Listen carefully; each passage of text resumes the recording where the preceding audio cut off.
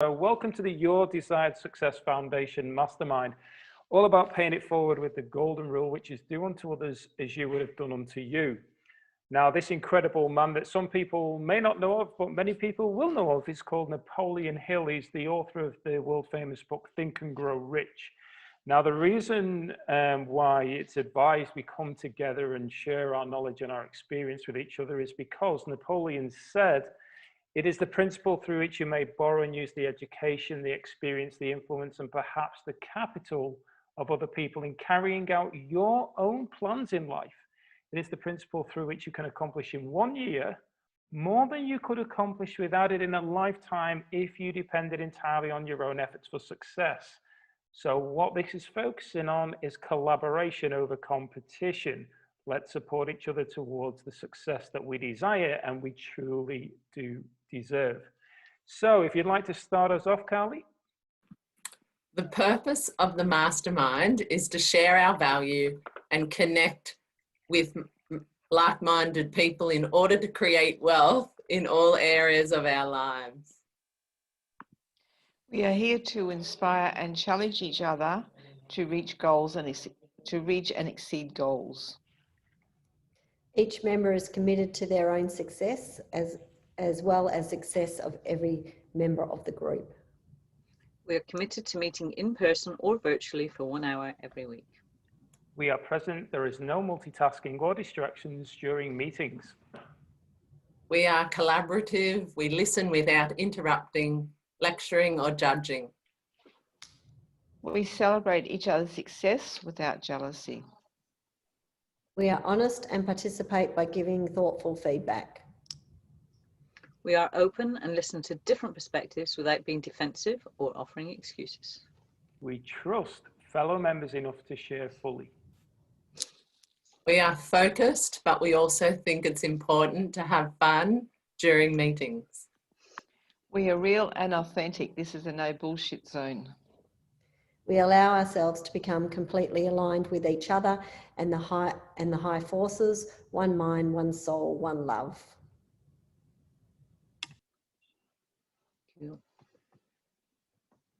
Beautiful. Thank you for setting the foundation there, ladies. And Trudy, my eyebrows raised right then and there.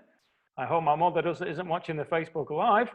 Anyway, we are real and authentic. That's what we said. So, finding your passion, the topic that has come up today. And it's really been when I think about it, I can't believe I'm really setting the tone here with a bit dark, isn't it, in here?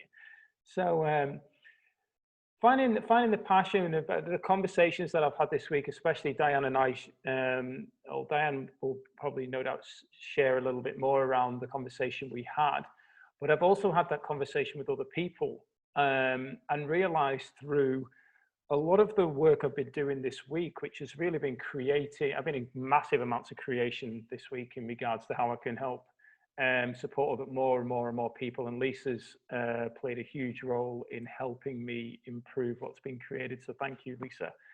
And a few other people as well. And just doing it, it's made me realize that I'm living my passion. I've been doing it. I remember 5 years ago, it was literally like I come out the mental hospital and Dave came and said to me, what are you going to do? And I was like, I don't know. I don't know what to do. And he said, well, come on, let's just go out there and help people. I was like, well, I love helping people. He's like, well, let's just go and help people. So, we started by doing free health talks and free fitness and stuff like this. And the energy that I received through choosing to give and the value that they received and the gratitude that they were sharing with me and the friendships, the relationships, and I enjoyed every single moment of it, just made me realize that was the kind of thing I wanted to be doing more of. I was already doing it, but it was more focused around working.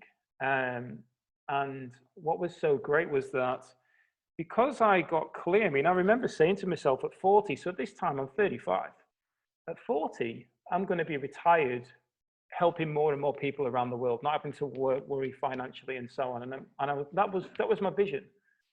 And I didn't know how I was going to do it. I just knew that what I wanted to do was do the things that I love to do and help other people. And it just, all the way through, I mean, I can't believe it's been 5 years, well, 5.5 years already. But all that, through that time, or 5.5 years, yeah. So it must have been 34. So through that time, I've witnessed my own growth. And when I look back, it's all been through living in a state of passion. So for me, it was being of service to others. It was personal growth. It was helping people move forward in the business. It was helping myself move forward to learn and to grow, and then share that wisdom, that knowledge with other people. And it turned into a financial asset for me. So my own personal growth and my desire to connect and support others turned into a financial asset. So every day, when people have said to me, and people have asked me this question, have you ever thought about quitting? Why would I quit on doing what I love? Like, it isn't a job to me. It isn't work. It's actually me being. That's the only way I can explain it. So, you know, and I know that for some people it's kind of hard, and they're like, well, you know, that's all right for you, Martin, but what about me? And I think what a lot of us tend to get caught up in is the employee mindset, where we're focusing on, well, I have to go and trade time for money. I have to do something and then somebody pays me for it. And it's through a lot of the things I've listened to, and especially since we've been diving into the universal laws, I've realized that money doesn't come from a boss. It comes through a company, and it's all around us, and it's just waiting to come into us based on the service, the value we're prepared to give. And when we're in a state of gratitude and appreciation for what we're doing, as well as receiving, more and more comes in. So I'd love to hear from each of you in regards to, have you found your passion? Are you living it? Or have you been able to monetize it from a place of receiving? Because obviously you're giving your value. Is there anyone who doesn't know what the passion is? Is there anyone trying to figure it out? Please feel free to share. The floor is yours, ladies. Well, I'll jump in because I'm quick. First of all, Martin, I don't know, and this is up for debate, do we find our passion, or does our passion find us? And I want to tie this into what you talked about with Diane earlier on, is that my sense is that most of us, our passion is revealed through adversity. Whether that's through illness, whether that's through some life-changing thing, that's the wake-up call. It's what Bob calls an emotional impact. And my sense and my experience is that most of us find our passion that way. And it's not even that we find our passion, it's that our passion finds us. Because I don't ever remember going looking for my passion. I suddenly realized I was living my passion. Like you said, Martin, it's not something I went searching for, but it was something that when I got ill, evolved naturally from that. And it's been a journey of discovery since then.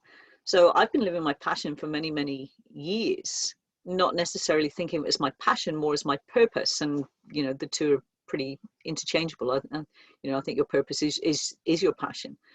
So, yeah, so my question would be, you know, do we find our passion, our purpose, or does it find us? And I think sometimes we put too much pressure on people, you know, what is your passion? What is your purpose?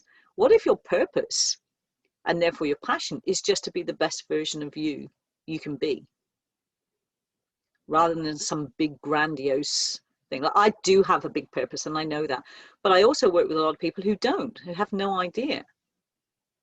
But when we're striving to be the best we can be, we actually live that with passion. So yes, I have monetized it in the past. I'm not monetizing it at the moment. However, I know that is changing, because the value I'm able to offer now is far greater than anything I've been able to offer so far. And the work that I'm doing through NG, like Martin, a bit behind the scenes, I know is going to yield incredible fruit. And the beautiful thing is that that's not even the reason I'm doing it. I'm doing it because I've got the opportunity to do what I love and make a difference. And I've just got this most incredible platform to be able to do that with. And it's fantastic because I've got all these things that I've written and I've done over the years and I've done nothing with. And all of a sudden now I've got an outlet for them. So my passion has been reignited. And yes, like I said, I ran my own business very successfully in Port Hedland, as Trudy knows, and monetized my passion then. This where I'm at now. I have monetized it in the past. I'm not at the moment, but it, for some reason, doesn't matter. It absolutely doesn't matter. I've had no income for 6 months, and it doesn't matter. It just doesn't matter. I mean, there've been times when it did, but mostly, it just doesn't matter. It's okay because it's just part of the process. So for me, that's a bit of that adversity, but it's that passion, that purpose, that sense of this is what I'm here to do that allows me to go, it doesn't matter. I'm not, and I've said for a long time, I never feel like it's something, I've never chosen to do this path. It's like I've been chosen to do this path. I don't feel like I'm walking this path. I feel like I'm being gently guided along this path, which is very different than the perception of, finding your passion, doing whatever. So, yeah, for me, it's not, I won't say I found my passion. I would say my passion has been pulled out, pulling the cars and being in flow. Yeah, absolutely. So, yeah, for me, it's very much about being in flow and allowing that to happen. Because when we're in flow, we're in our passion. So, yeah, no worries. Yeah. So, and that's just my thoughts about this. And lately, because I've been working with people, helping them find their passion and their purpose, these realizations are coming out that I don't believe it's something we can go and find. I think it's something that is uncovered, usually through diversity, not diversity, what's adversity in some form. So that's my perspective. Lisa, Yeah, Lisa. Awesome. in that illness or that diversity where that made you start to have a passion, would you say it's because it reconnected you to your inner self, because you had to come home to yourself in the crisis? And then Absolutely. that connected you to source that gave you your passion? Absolutely, Carly, and I think that's a beautiful way of describing it. Thank you. It's for me. It was the illness that I had to go back into myself. I had chronic fatigue syndrome, and the reason I had that, and I talk about this in my book, is because if I'd got cancer, like most people, I would have fought cancer, because that's what you do. You fight the cancer. The big C. You got to fight the big C. So I got chronic fatigue syndrome, which meant that I couldn't bear noise. I couldn't have come on something like this. I couldn't bear light. I couldn't bear sound. I couldn't bear anything. Well, there's only one place to go when you can't go external. There's only one place to go, and it wasn't a choice. It wasn't even a guiding. It was a slap around the back of the head, because it was like, you're not listening to me. And the slaps just got bigger and bigger until I got to chronic fatigue, and it was just okay. I'm gonna make you listen. I'm gonna wake you up. And it was the best gift I ever had, and I got the lesson very, very early. I recognized that it had nothing to do with the illness. It was about the way I was living my life, which was not congruent with who I was. Thank you, Callie.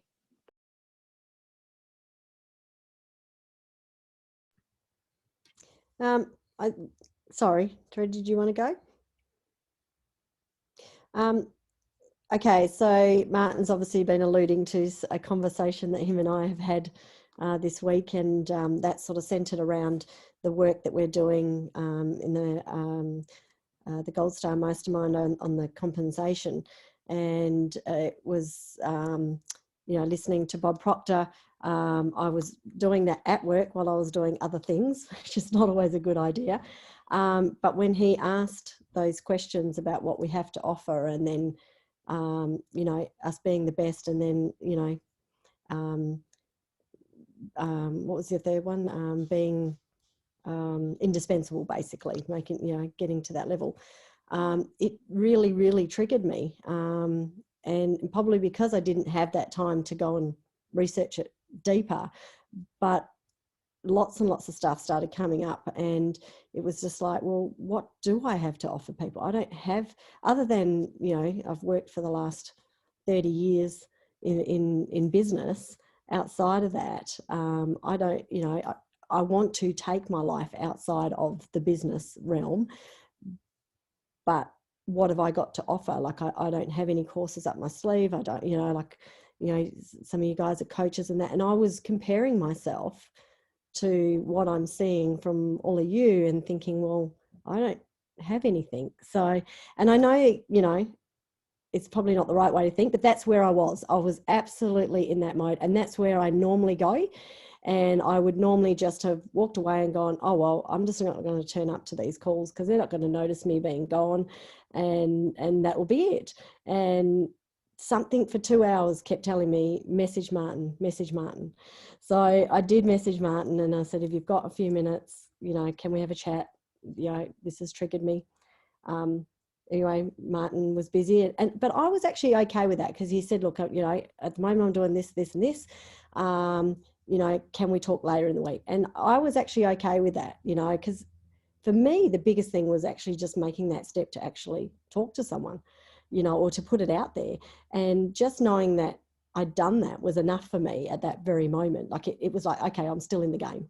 I'm not going to go anywhere yet because I've reached out to Martin, so I can't now.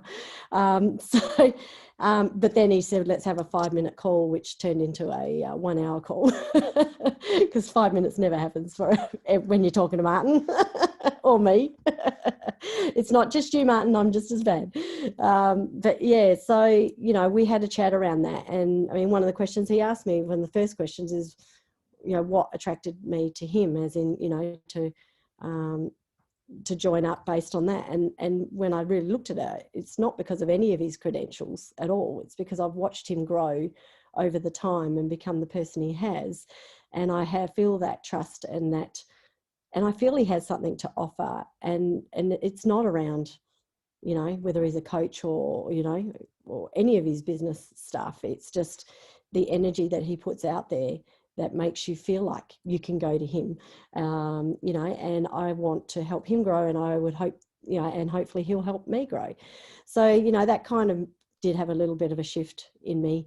We talked about many other areas. But I suppose coming away from that, I end up reading the book portion of it, which actually brought quite a bit of clarity, which I'll probably speak about in the next call anyway. But yeah, when Lisa, when we talk about passion, when you talk about whether, you know, it's not something we can manufacture, but when I look back over my life, I've always been at my happiest when I've been able to help people in anything, you know. It's not pigeonholed to just nutrition or you know, one field. Sometimes it could be about their relationships. Sometimes it's just someone to hold space for because they're having a moment. And, you know, and whilst, and I suppose that's why I love my job. I don't love my job as in the stuff I do in a way because of the variety, but I love connecting with people. And I think that's, you know, and that's where I kind of went, well, you know, what I probably need to mastermind is that connecting with people. And, you know, and I can do that through here with the masterminds and keep growing myself. And so, you know, it's taking that step back. For me, there is a financial thing that I want from the end, you know, of all this, for a retirement plan for myself and my husband. And I don't want to just stop work and do nothing. So I want to be able to plan something out now that where it just sort of, I just slide into it. But, you know, I've been through lots of trauma in my life, with my brother being in a coma for 9 weeks after a motorcycle accident, and being part of his rehab, being a support to my mum and my dad through that, doing long days, crashing like I've done now with colds and flus because, you know, my adrenals are running at an exorbitant rate for so long. You know, and now we've gone through Dad's journey. So the power of being a team in surviving those things is really, really important. But I've tended to like I will give that to everyone else, but I find it very hard to let people in on me and what's really going on with me. I put it out about, okay, what's your problem? Let's solve your problem. And not even really looking at if I have a problem or not, or I don't have a problem. So yeah, I think I've worked out that my passion is definitely going to be helping people in whatever capacity that looks like. And I don't know what that looks like yet. And we'll just see where it grows. Great share, Diane. Thank you. I think there's very much, again, this is an observation that I've made over the years of myself and the clients, but the busier we are dealing with other people's stuff, the more of our own we need to go into. And it looks like you're almost at that point now, Diane, where it's like, okay, I've got, you know, you're getting the illness, you're getting the slowdown, you're getting the, okay, let's go into it. And you've got the awareness now that this is your time to actually go in and explore you and give you what you need, because we cannot give from an empty cup. Yeah. And that, especially as women, this is what we do. You know, we put ourselves on the back burner and we give and we give and we give. But if you've got an account, a bank account, and you keep spending and spending and spending and spending without putting any money in, you're going to get overdrawn pretty damn quickly. So I'm excited for you, Diane, because what I see is that you really are on the cusp of that. I don't want to say breakthrough, but that understanding, that coming home, as Kylie said, coming home to yourself. And that's where I see you're at the moment. And that's beautiful. And, you know, you have the support here. You have everything you need to come through this journey with ease and grace. So congratulations. Thank you, appreciate that. And one of the things I did, one reflection I've had today is that it's easy for me to walk away and not grow myself because my family don't need me to. They're happy with me where I'm at. So it's, you know, like I get so far and I want to do something and then they go, you know, they don't care whether it worked or it didn't work or anything else like that. They just like, it's okay, you know, like they're still here for me in that. So it's easy to make that excuse to go, oh, well, if they don't need me to be that, then why am I allowing myself to go through this trauma of all this stuff? When, you know, but now I'm at that point of I want to do that for myself, not for them, not for anyone else other than myself. So, and today I went and sat outside for the first time. I've got this beautiful nature area right out in front of the house. And, you know, I've lived here for nearly 10 years and never, I mean, we walk around it, but I've never just gone and sat outside. And I spent 15 minutes and just realized I just could not shut myself down at all. The brain was just buzzing the whole time and just wouldn't, there was no quietness. It was the longest 15 minutes of my life.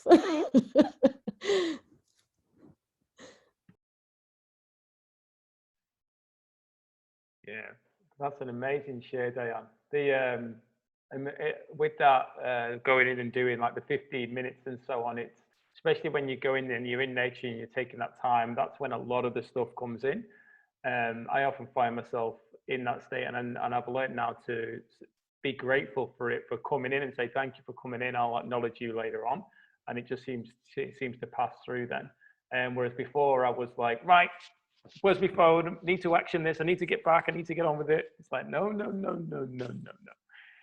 Forget about it and let go. So a beautiful share. Fantastic, Diane. That's so good. And like Lisa said, the awareness is key. We can only act on what we're aware of.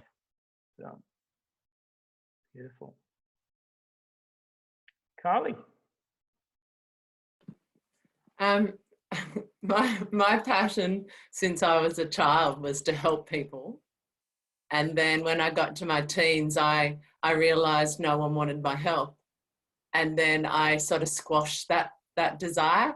And when I was about, I'll say 18, all I wanted to be was an angel on the earth, because angels help people, is what I knew as from an angel. And so when I was about, when I had the children, when I had my twins, probably a couple of years, about 3 years after, this lady came up to me and she said, you know, you're an angel, don't you? And I said, what are you talking about? And she said, just close your eyes and see an energetic mirror. And I thought, what? She talked like, how do I do that? And she said, just close your eyes and see a mirror. And when I looked into the mirror, I had wings from my shoulders all the way to the floor. And she said, you are an angel. And I just bawled my eyes out. And about 2 weeks after that, I met a group of women who had started a group called the Peace Angels. And for 7 years, we worked together and traveled. And every 2 weeks, we trained all day. We meditated all week together for 7 years and traveled the world doing peace performances, dressed as angels with lights and all. And so that was my passion. But now that's folded and we all went out on our own. And so my passion now is to bring people back home to their heart consciousness and awaken true love, true connection.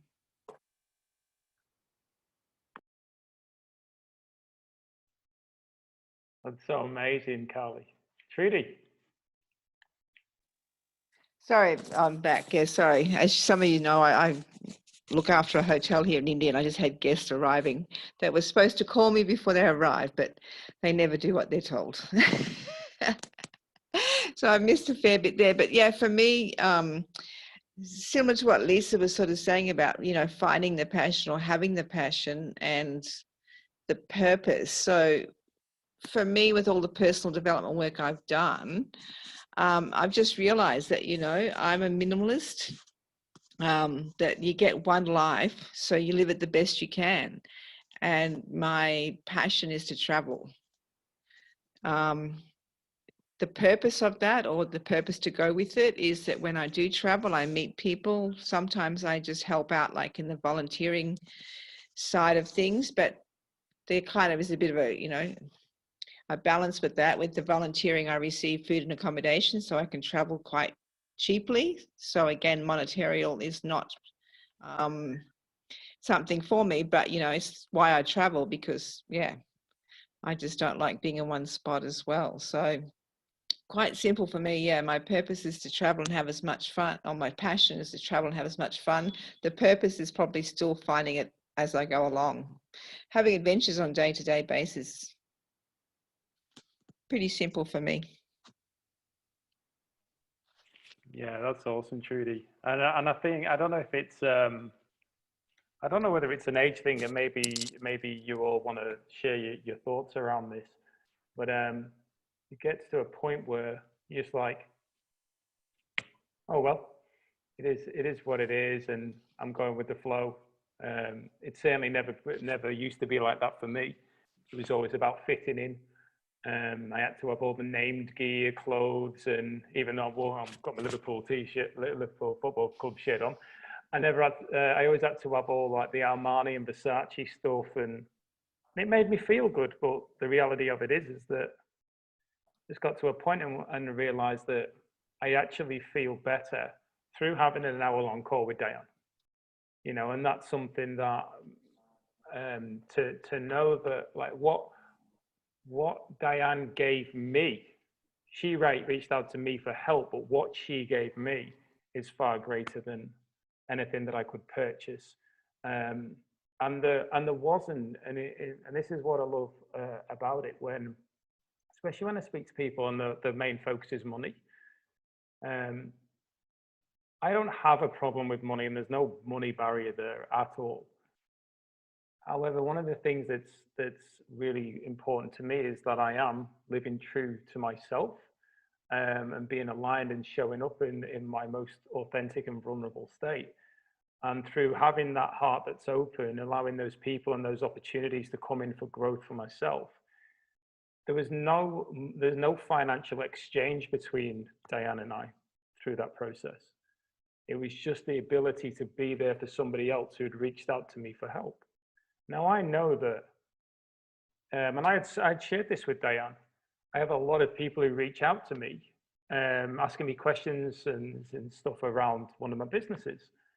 And I realized that I didn't have the available time based on the way that I wanted to live, to be able to answer them all. Yet I wanted to help them all.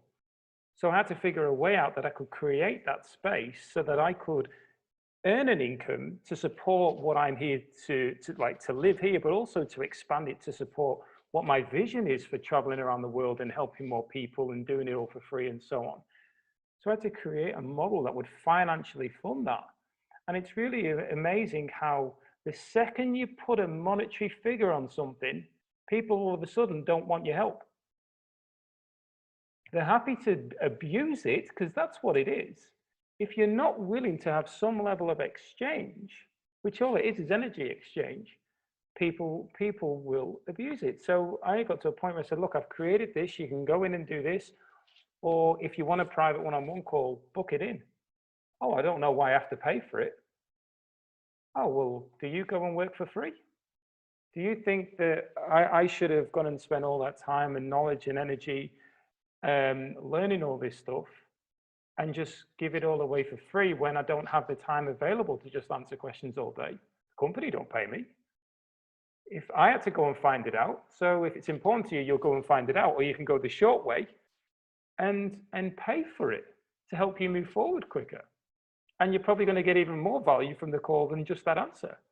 So it's really interesting how people have got lost, in my opinion, around all this money side and got so disconnected to the value that we have the ability to give and also receive. And to appreciate that, you know, I have no issue with paying somebody for stuff. I'd rather pay somebody for stuff because I'm accessing their knowledge and their value and their experience.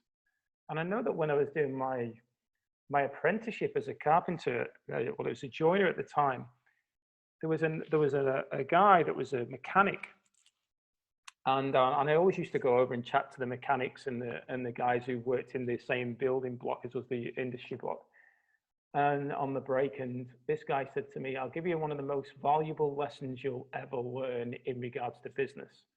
And I'm like, what's that? He said, you don't get paid by the hour. You get paid for your knowledge and your experience and the value that you provide in that hour. So when somebody says to you that they're not going to pay you for the job, don't do it. Because they're not paying you for the time that it takes, they're paying you for your ability to do it. And I always sat with me and I thought, wow. And that's why I love the masterminds, because I'm able to learn and knowing that if I jump on a call with somebody else, it might be something that somebody shared on a call that I go, wow, and help somebody else move forward, which goes back to what we were covered in the law of increase. And I shared this yesterday: to me, through me, to you, through you. And we keep sharing all this knowledge and information to help each other move forward. What an absolute blessing. Lisa, you said that people won't value what we have to offer until we do. Absolutely. Dave and I did a talk around this actually, which is, we tend to see this with a lot of health coaches, professionals and so on, where they love to help other people and they just give and give and give, and then they're terrified of charging and they go, oh, people won't pay that. Well, of course people won't pay it because you don't believe they'll pay it. I think also in that, and I have to pull myself back on this sometimes because it's just something that I don't think about often enough, is that when we truly value what we have to offer, the people who value what we have to offer will come for that value. Whereas until we feel we know in our hearts the value that we give, and I like to think that I do, and yet I'm still not fully attracting that yet. So I know that I still have work to do on my belief around my value before I truly get to that point where I'm fully attracting the people who do value what I have to offer.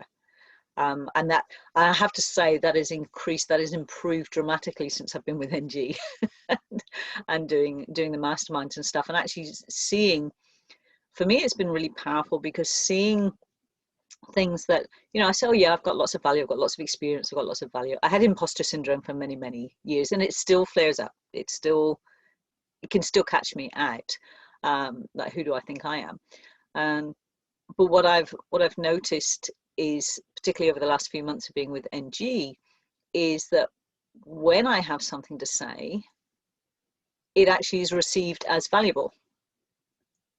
And that's something that was like, whoa, okay. And it's things, and I think we all do this. We know what we know, we do what we do, and we don't think of it as being special or anything above average, because this is just what we do. And yet what we do is incredibly valuable to somebody else. And I'll give you an experience. I went on a T. Harv Eker, I did his Quantum Leap program, which was 5 different workshops, 5-day workshops. And we went to Malaysia, and we had one called Enlightened Warrior Training. And it was every day we did something different. So it was like outward bound type stuff. There was mental stuff. There was a sweat lodge. It was designed to push us out of our comfort zone in every area, every aspect of our lives. And we got to the end, and there was some pretty intense stuff there, and people going, oh my God, I've never done this before. Oh, I've never done this. I've never done that. We got to the end, and there wasn't a single thing that I hadn't done, or something with the same impact that I hadn't done out of this event. And I went, wow, I have lived a freaking awesome life and not realized it, because I just do what I do. But when I looked at what everybody else, how they were experiencing all these things, it was like they were just absolutely, I mean, we did things like bend a rebar through our throat. So 2 of us, a rebar, you know, the metal rebars they use for building. Yeah, there's the twirly metal bars. And we had 2 of us put one end there and walk into each other and bend it. I don't need to do a fire walk.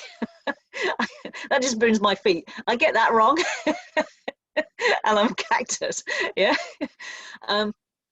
But I had also already done, because I'd done Harv Eker's thing earlier on, where we broke an arrow, where somebody held an arrow and we broke an arrow.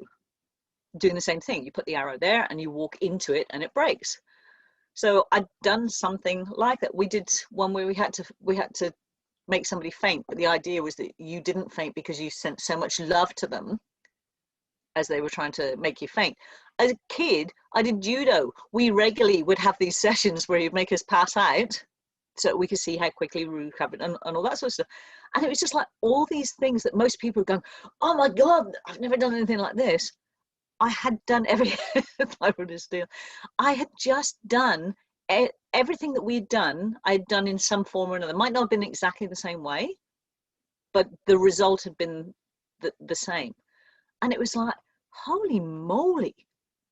Because I didn't think that I'd lived a particularly exciting life, or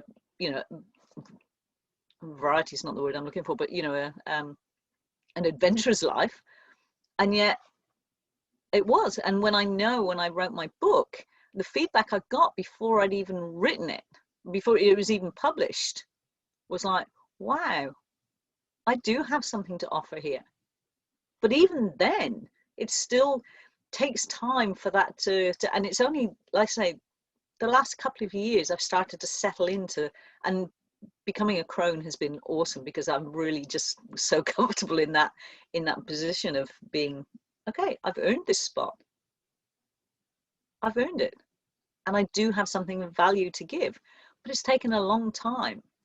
Well, what I wanted to come back to was, we were talking earlier on about the passion, and there's scientific research that shows that when we are of service, we are fulfilled.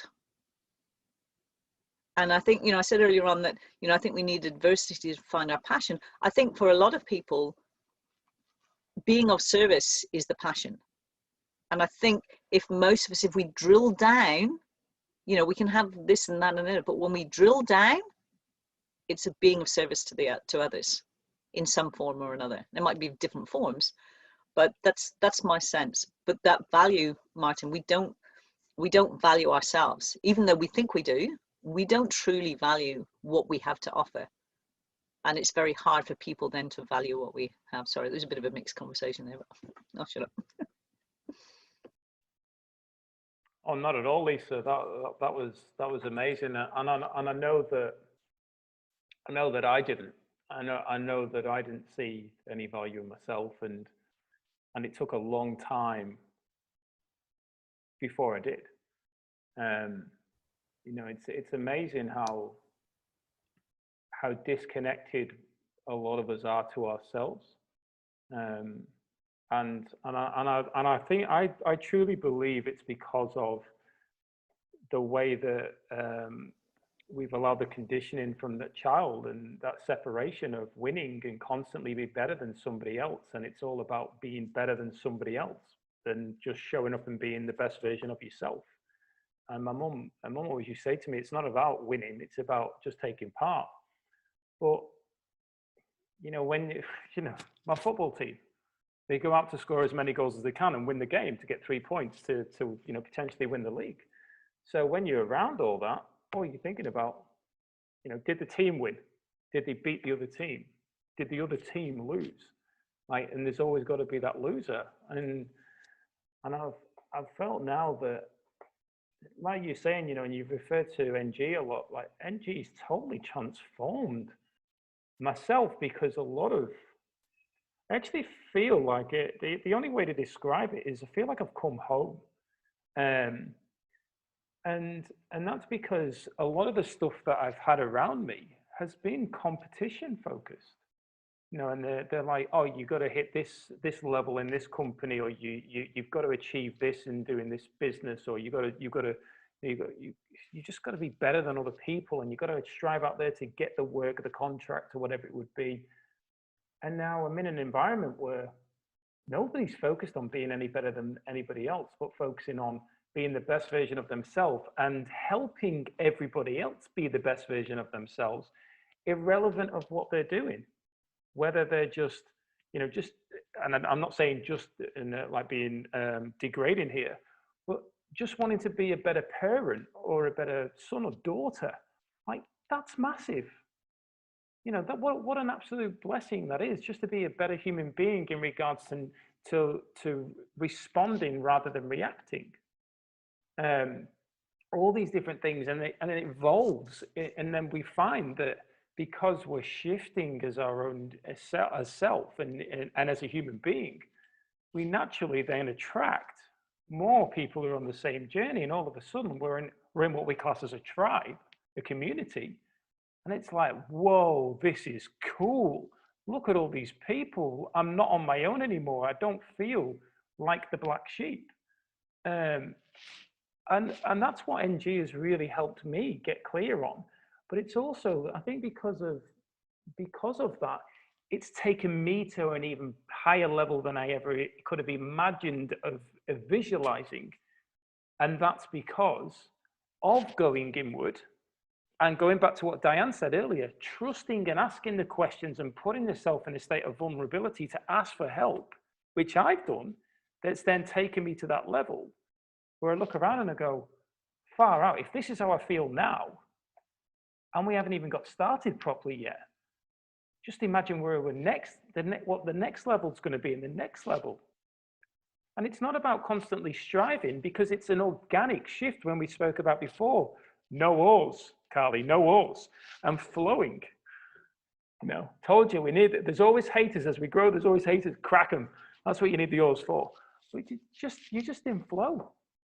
Just love them, Martin. Just love them. We don't crack them. We love them. I love the haters. You can't appreciate the love if you don't experience the pain. So yeah, absolutely. I know. But it's got to make everybody laugh a bit, like my post today. So. I think for, you know, with what we're all talking about, I think that's one of the things that I've always really struggled with is, you know, creating a business around, you know, helping people in that, because I don't want to always be charging. I still want to be able to help people. And that's where, with what you're talking about now, that's where NG becomes a big part of that too, you know, in the fact that you can impact. And that was the other thing, is trying not to impact people. You know, I don't want specifically to go in from working, you know, my 7 hour day or 8 hour day, and then getting a coaching business and still being at home 7-8 hours a day, just a different environment, just talking to someone on the phone. I want to be able to impact a lot of people. So, you know, for me, it's trying to pull my knowledge together on you know, my bits and pieces of my past, and that to give value that maybe can turn into maybe the monetary side. But I want to be able to help people like we did the other day, Martin, but where it's not me on the phone to you every single day and expecting not to pay. I think if it's turning into that, then there needs to be, you know, a coaching payment. But that's the one thing that's always held me back from doing all of this, because I want to be able to add value to people without them feeling like every time they talk to me, they have to pay me.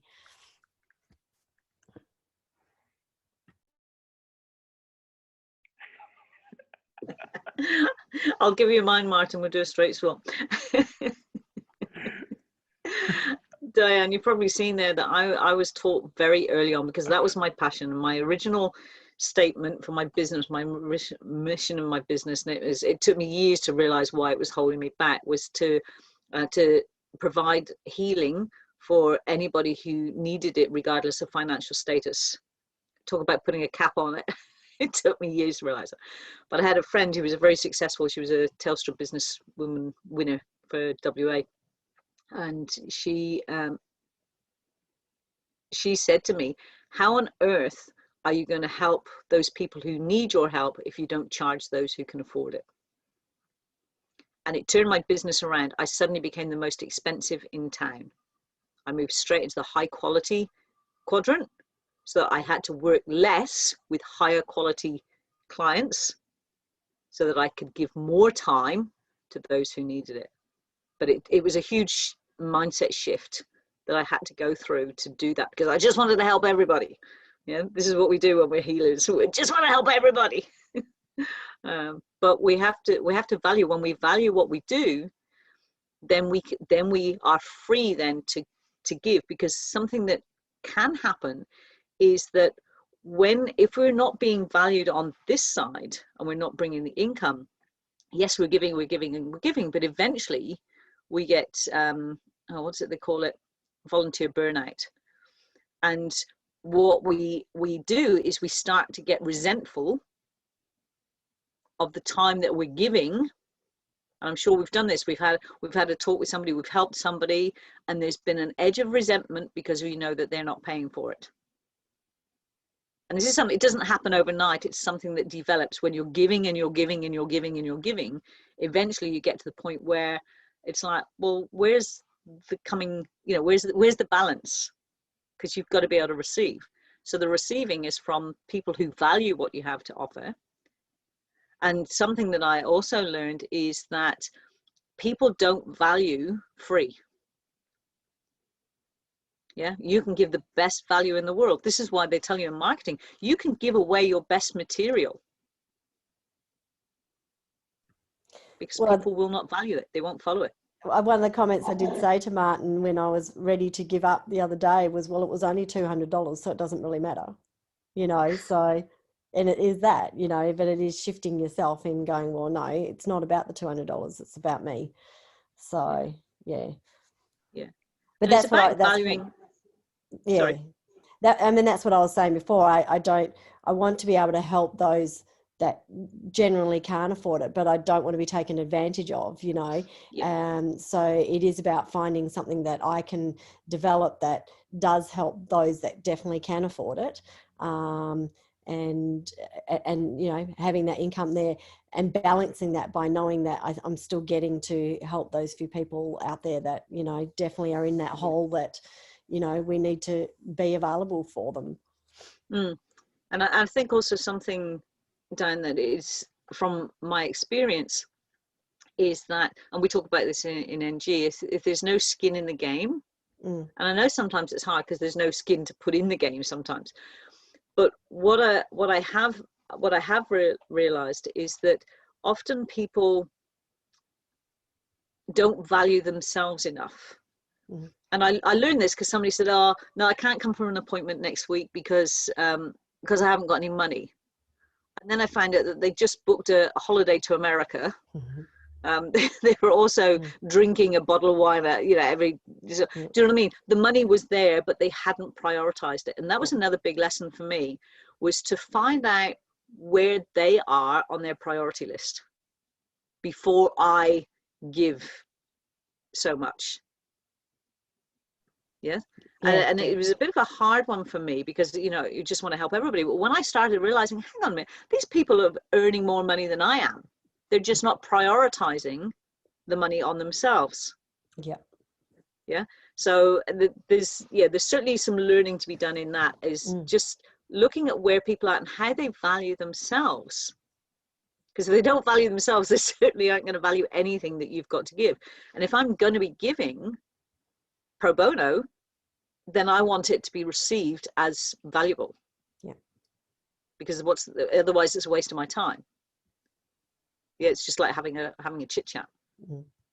So I think, yeah, there's a lot to learn in the finesse, I guess, of working out where to put your time and energy. Yeah. And I learned that one the hard way. Trust me, I learned that one the hard way. So I do have experience. I do have something valuable to offer.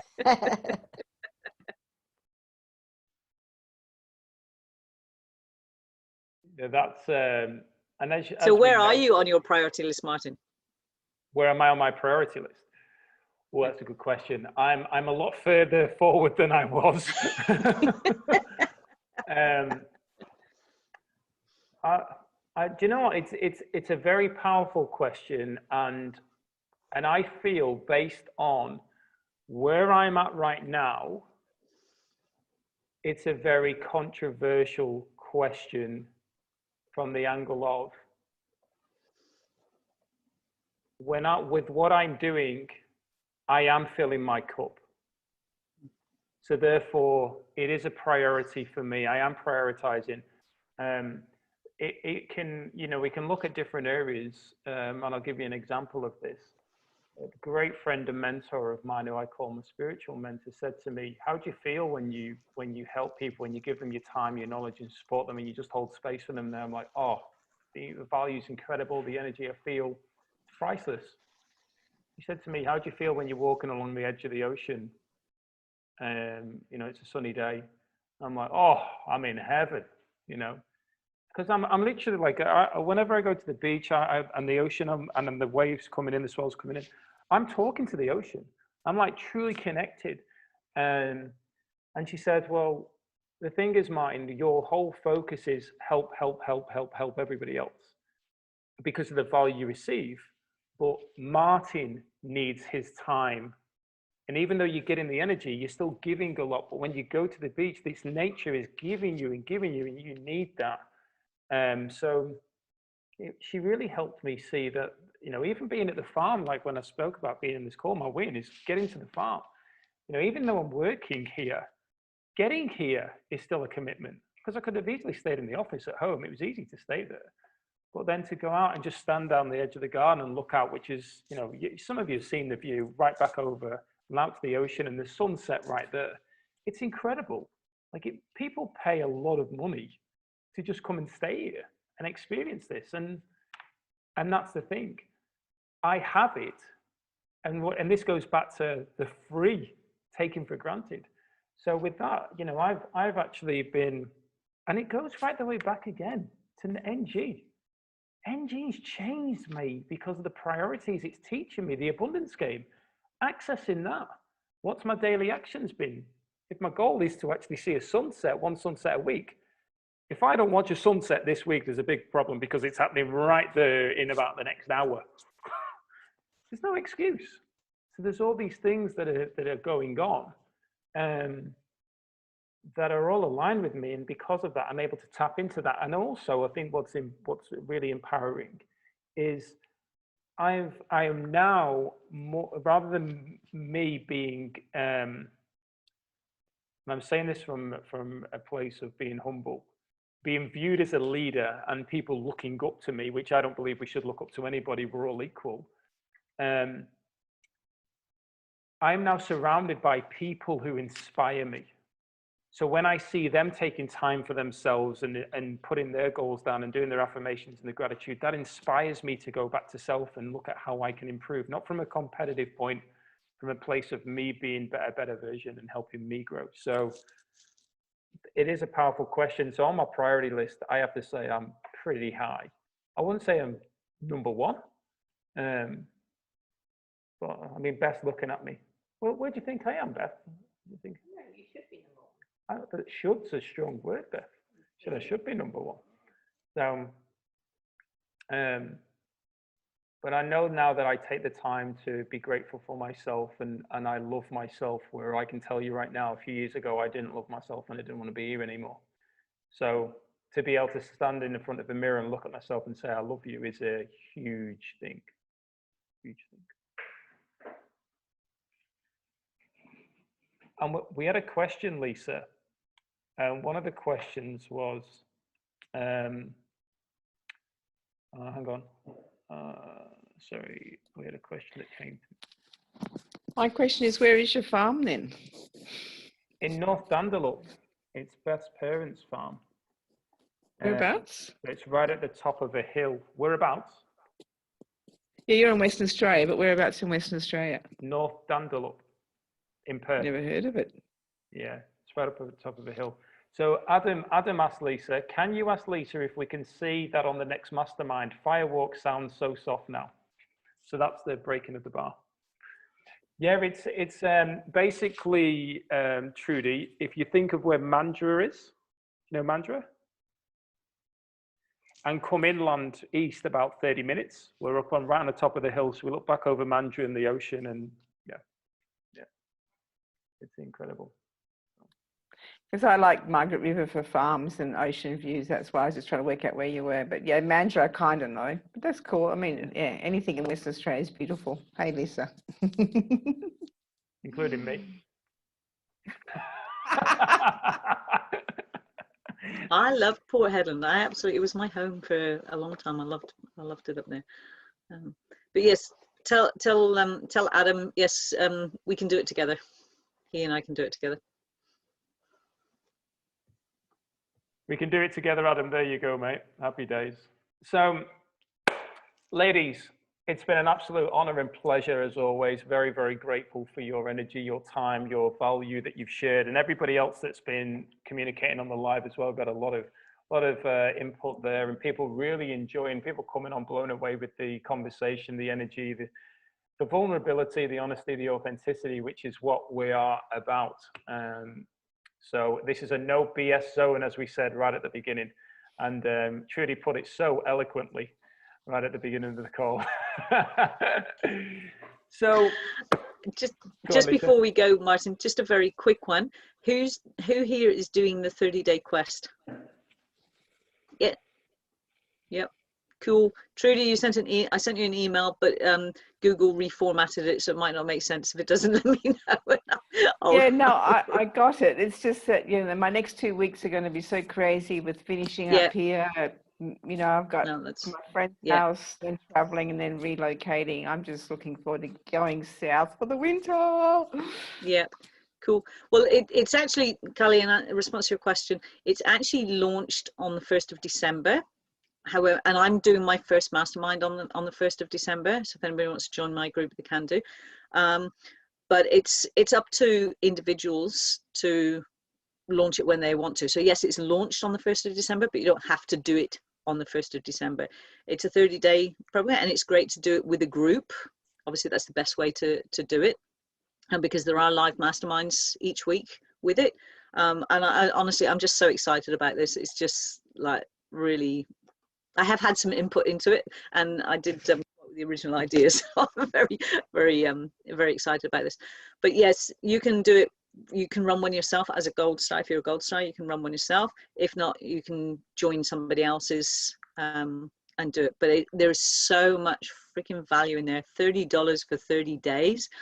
Honestly, there's about $300 worth or more, $3,000 worth of value in there. It's just so exciting. So just curious to know who's doing it with us. So yes, it's exciting. Thank you. Absolutely.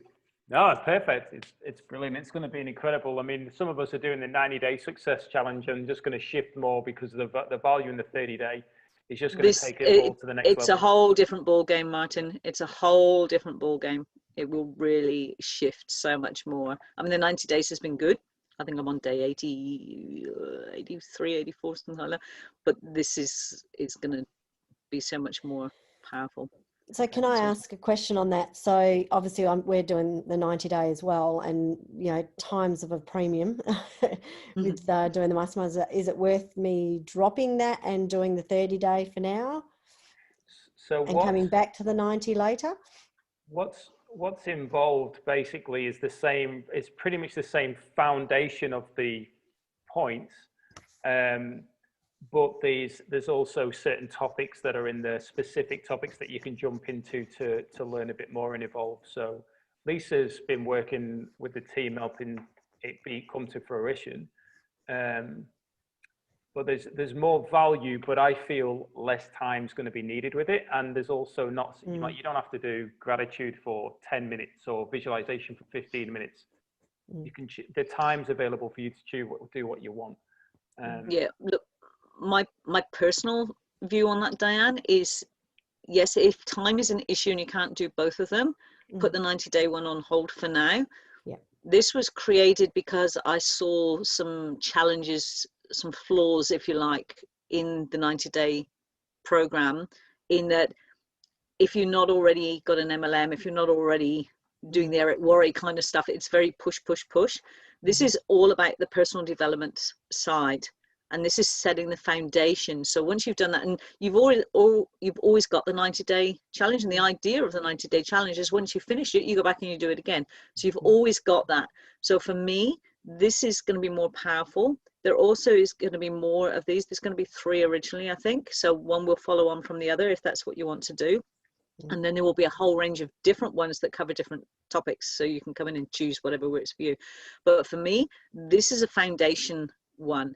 This will help you when you come to when you come back to the 90-day one. This is going to give you the edge. Right. Yeah. So that's just my personal thing. And I'm not telling people don't do the 90-day one. I'm saying that if time is a premium, I would go for this one. I'm sure you're aware that sometimes you look at the 90-day one, especially on the business side, and it's like, oh, I didn't do this and I didn't do that, and it can be a little bit demoralizing. Whereas this is going to really boost you. It's going to launch you. It's going to give you the solid foundation to get the plane off the ground. Yeah, that's what I need. So instead of sitting on the runway, this will get you off the ground. Once you're up in the air, then you go back to your 90-day challenge. Yeah, that's personally how I see it. Yeah, it's not, and that's exactly right, Lisa. The whole idea of the 90-day success challenge was to build the habits of success. It wasn't to get to the 90th day and go, woo, I'm perfect. I don't need to do anything anymore. It's like, no, now it continues. Now you've built those habits, you're going to just organically, they're going to happen, and you're going to wake up in the morning and do your gratitude without having to think, what was the first thing that it recommends to do? You just be in a flow. So for anybody, I noticed somebody, Dan, you said you didn't know it was available yet.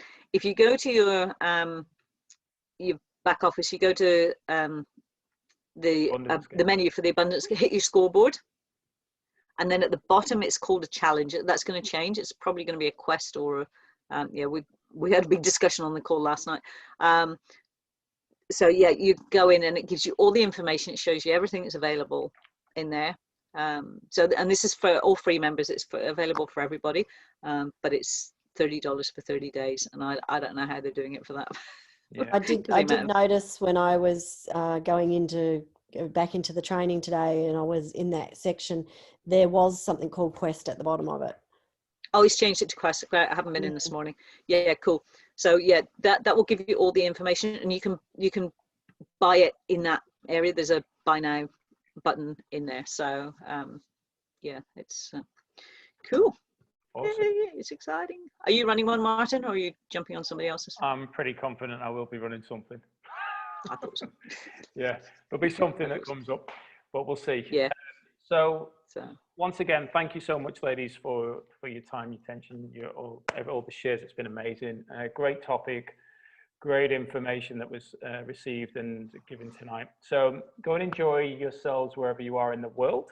Thanks for everybody that was on the Facebook Live as well and your interaction. That was fantastic. Remember, as always, if there's anybody else you believe needs to, in fact, no, let's go to the next level. Anybody else you know needs to be hearing this kind of conversation, needs to be a part of this energy, this movement. It's not really a movement. I don't like that word, actually. There's movements bloody everywhere. So just coming together, then, well, that's authenticity for you. my medical training is going, bowel movements, no. Then come and be a part of it. Don't be shy, chicken pie. Get involved, and let's really move forward together, because we're ready to receive your value and you're ready to receive ours. So, and we want you. We want you on this call. Yeah. I'll come on with my big hat and my grey hair hanging out next time. We want you. So take care, and yeah, I'll speak to you all very soon. Bye for now.